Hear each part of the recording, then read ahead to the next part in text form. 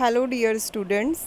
Today we will discuss about a new chapter. The chapter name is Clothes a Necessity. जैसे कि नाम से पता चल रहा है क्लोथ्स अ नेसेसिटी, क्लोथ्स की इम्पोर्टेंस हमारी लाइफ में जिस तरह से फूड हमें ज़रूरी है, रहने के लिए शेल्टर ज़रूरी है, वैसे ह्यूमन बींग्स के लिए क्लोथ्स भी उतनी ही वैल्यू रखते हैं. So, like food and shelter, clothes are also a basic need. We need clothes to protect ourselves and our body from heat, cold, dust, insects. और क्लॉथ्स हमें स्मार्ट दिखने में हेल्प करते हैं. किसी भी वर्क के लिए कोई भी जाता है तो प्रोफेशनल क्लॉथ्स अलग होते हैं, घर पे कैजुअल जो हम घर पे पहनते हैं वो क्लोथ्स अलग होते हैं, कैजुअल क्लोथ्स अलग होते हैं. डिफरेंट टाइप ऑफ ओकेजन्स पे we wear different clothes, right. So clothes plays a very important role in our life. We must wear neat, clean and well stitched clothes पहनने के लिए भी एक ये बात तो गुड मैनर्स में भी बताई जाती है, गुड हैबिट्स में, कि हमें किस तरह के क्लोथ्स पहनने चाहिए. ऑब्वियसली हमें neat and clean clothes, well stitched मतलब कि अच्छे तरीके से सिले हुए clothes, and well ironed clothes, इस तरह के क्लोथ्स ही पहनने चाहिए. ये तो गुड हैबिट्स की बात है. छोटी क्लासेस से ही छोटी क्लासेस में मॉरल वैल्यू में भी सिखाया जाता है सब कुछ. Okay. Our clothing style depends upon the work we do और ऑन द ओकेजन. हम किस तरह के कपड़े पहन रहे हैं ये कई बार ये बात पे डिपेंड करता है कि हम क्या काम करते हैं, या फिर ओकेजन पे, एटमॉस्फेयर पे डिपेंड करता है. Clear. Earlier human beings used leaves to cover their body. They even used the skin of other animals to protect themselves. जो अर्ली ह्यूमन बींग्स थे, जब तक क्लोथ्स की इन्वेंशन नहीं हुई थी, लोगों को नहीं पता था, क्लोथ्स के बारे में नॉलेज नहीं थी, तब वो लोग क्या करते थे, they cover their body with the help of leaves से, और इवन वो एनिमल्स की स्किन, फर्स, इन सब चीज़ों से भी अपने आप को, अपनी बॉडी को कवर करते थे. But nowadays clothes are made up of thin long thread called fibres. अब इतना ज़्यादा एडवांस, इतनी टेक्नोलॉजी आ गई है, इतनी सारी चीज़ों की डिस्कवरी हो चुकी है कि सबको सेंस हो गया है, सबको पता चल गया है कितनी कितनी डिस्कवरीज हुई हैं. तो अब ह्यूमन बींग्स, हम लोग क्या किस तरह के क्लॉथ्स पहनते हैं, प्रॉपरली नीटेड वीव्ड क्लॉथ्स. जो फाइबर्स क्या होते हैं, long thread, thin and long threads, these are called fibres से फिर उनको स्पिनिंग की जाती है, उनको सिला जाता है, आपस में बुना जाता है, तो उससे थ्रेड बनते हैं. थ्रेड यानी कि धागे. फिर धागों की वीविंग होती है, धागों के आपस में वीविंग मशीन की हेल्प से. ओके. सो धागों से फिर प्रॉपरली एक ड्रेस, कोई कपड़ा तैयार होता है. क्लियर. अब अगर हम फाइबर की बात करें तो there are two type of fibre, right. The one is natural fibre and the other one is synthetic fibre, और we can say man made fibres. So natural fibres से आपको नाम से ही पता चल रहा है, these fibres are obtained from nature. Okay. So जैसे natural fibre are obtained from plants and animals. Common plant fibres are cotton, jute, linen. जैसे कि कॉटन है तो cotton is obtained from cotton plant, and linen is obtained from flax plant. Linen भी एक तरह का fibre है. Linen के क्लोथ्स होते हैं डिफरेंट ओकेजन पे. कुछ लोगों को लिनन पहनना पसंद होता है तो उससे भी ड्रेसेस ही बनती हैं. अगर आपको ये नहीं पता हो कि लिनन क्या होता है तो ये भी एक तरह का क्लोथ ही है. And one more natural fibre is jute. hemp is also a natural fiber obtained from plant. Okay, so jute is obtained from jute plant, and the uses of jute are in different type of carpet, and jute के bags भी होते हैं, curtains, carpets, mats जो गद्दे होते हैं, and covering in the furniture. कुछ furniture में जो सोफ़ा सेट ये सब होते हैं तो उनमें अंदर कवरिंग होती है जूट की. जो jute they are made by jute jute उनके अंदर के काफ़ी सारा कुछ जूट की चीज़ें भरी रहती हैं, तो वो उस तरह के मैट्रेसेस तैयार होते हैं जूट से। बहुत सारी रोप्स भी जूट से बनाई जाती हैं। Clear? Okay, so another natural fibre is the wool, silk, and these both are obtained from animals. So we can say these are also natural fiber.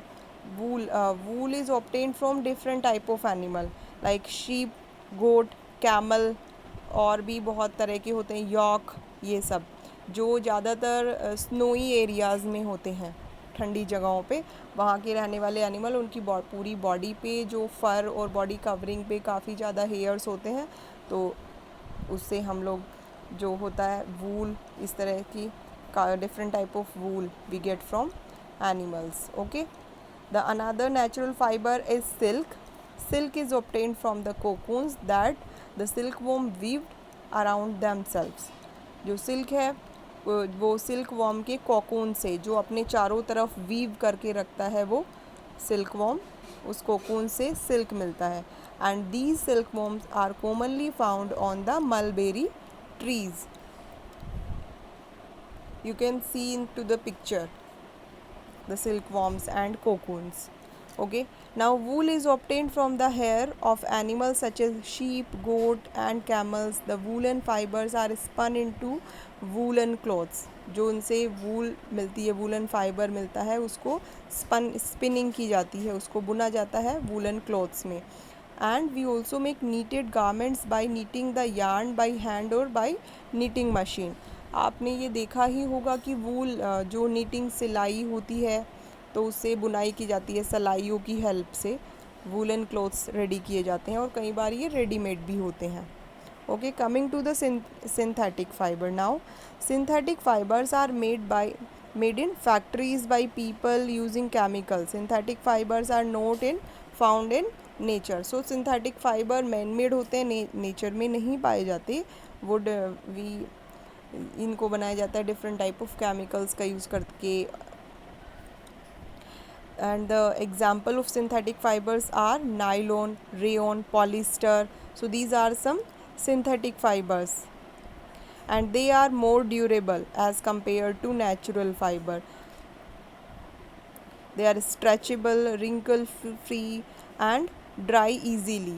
वो natural fiber के comparison में उनको ज़्यादा stretch किया जाता है, उनमें इतने wrinkle नहीं आते. आपने कॉटन क्लोथ में देखा होगा कि वो उनको आयरन की ज़रूरत सबसे ज़्यादा होती है, बट सिंथेटिक फ़ाइबर्स में इतना आयरन की ज़रूरत नहीं होती. वैसे करना तो ज़रूरी होता है, बट सिंथेटिक फ़ाइबर्स जो ये क्लोथ्स होते हैं, सिंथेटिक क्लोथ्स, इनमें इतने रिंकल्स नहीं होते. Unlike natural fibre, synthetic fibre do not absorb sweat. Natural fibres are very good for our skin actually, क्योंकि वो स्वेट को भी एब्जॉर्ब करते हैं, बट सिंथेटिक फाइबर्स जो ये क्लोथ्स होते हैं सिंथेटिक फाइबर से बनने वाले, ये हमारे स्वेट को भी एब्जॉर्ब नहीं कर पाते. Now the next topic is clothes and season. We wear different clothes in different season. आप पता ही है कि समर के टाइम पे हमारा ड्रेसिंग स्टाइल कुछ और होता है, विंटर टाइम्स पे कुछ और होता है, रेनी सीज़न में कुछ और होता है. We wear different clothes on different season. In summer we prefer wearing cotton or linen clothes because they absorb sweat easily, and we also prefer light colored clothes in summer, right? But in winters we wear clothes made up of wool or fur. These clothes prevent our body heat from escaping. हमारे body से heat को नहीं जाने देते हैं woollen clothes, और ज़्यादातर हम विंटर्स में डार्क कलर क्लॉथ्स पहनना प्रेफर करते हैं. During rainy season, we wear a raincoat over our clothes. Raincoats are made up of waterproof material. Waterproof material means ऐसा material जिससे water को resist करे, आने जाने से रोके. Okay, and also we use umbrellas and gumboots in rainy seasons. Clear? Now special clothes for work.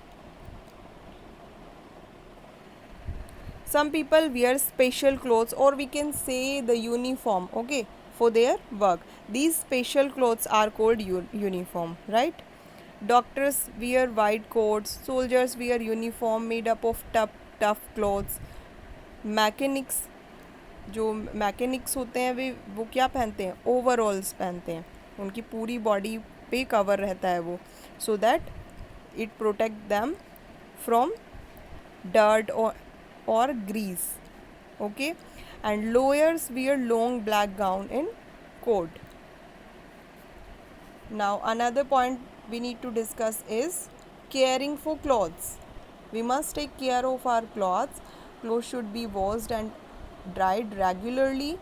इनको धोया जाना चाहिए, वॉश किया जाना चाहिए, प्रॉपर इनको सनलाइट मिलनी चाहिए ताकि कोई किसी भी तरह के जर्म्स हों अगर तो वो जर्म्स रिमूव हो जाएं. Different clothes need to be handled in different ways. सब तरह के क्लोथ्स को हम एक जैसा ट्रीटमेंट नहीं दे सकते हैं. सब तरह के क्लोथ्स अलग अलग तरह से उनको वॉश किया जाता है. उनको कुछ क्लोथ्स को शेड्स में सुखाया जाता है, कुछ क्लोथ्स को सनलाइट में सुखाया जाता है. Dark colour cloth should not be dry direct into the sun, they can fade. जो डार्क कलर क्लोथ्स होते हैं उनको सनलाइट में नहीं सुखाया जा सकता, वो उनका कलर फेड होने के चांसेस रहते हैं.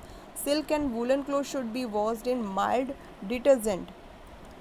हल्का जो माइल्ड डिटर्जेंट पाउडर होता है उससे सिल्क और वूलन क्लोथ्स को वॉश किया जाना चाहिए. They can also be dry cleaned. और जो कुछ क्लोथ्स होते हैं आपको पता ही है, कुछ फैंसी ड्रेसेस ऐसी होती हैं वो ज़्यादातर सिल्क से बनी रहती हैं, तो उनको तो ड्राई क्लीन करना ही प्रेफर समझते हैं सब. Dry cleaning involves washing of clothes with petrol and not with water, right. Cotton cloth should be damped before ironing to remove all wrinkles. Cotton clothes को आयरन करने से पहले उनको थोड़ा झाड़ा जाता है, उनके जो रिंकल्स होते हैं वो रिमूव किए जाते हैं, okay. Woollen clothes should be expose to sunlight before packing them. जब वूलन क्लोथ्स, जब विंटर सीज़न ख़त्म होता है तो जब वूलन क्लोथ्स को पैक करने का टाइम आता है, ऐसी सिचुएशन में सबसे पहले तो उनको सनलाइट दिखाई जाती है ताकि जो भी जर्म्स हों वो सब रिमूव हो जाएं उनके. और कुछ मोथ बॉल्स, इस तरह की जो जर्म्स रिमूविंग कुछ ऐसे टैबलेट्स होते हैं जिनकी वजह से उनमें काफ़ी महीनों तक के लिए अब उनको पैक किया जाना है, तो ये चांसेस रहते हैं कि उनमें किसी तरह की सिल्वर फिश और मॉथ्स या कुछ इस तरह के बैक्टीरियाज ना ग्रो कर ले, इसलिए उनमें मॉथ बॉल्स रखे जाते हैं ताकि किसी भी तरह के बैक्टीरिया या इंसेक्ट क्लोथ्स को डैमेज ना कर पाएँ. Okay student, so this is all about this chapter. Thank you so much.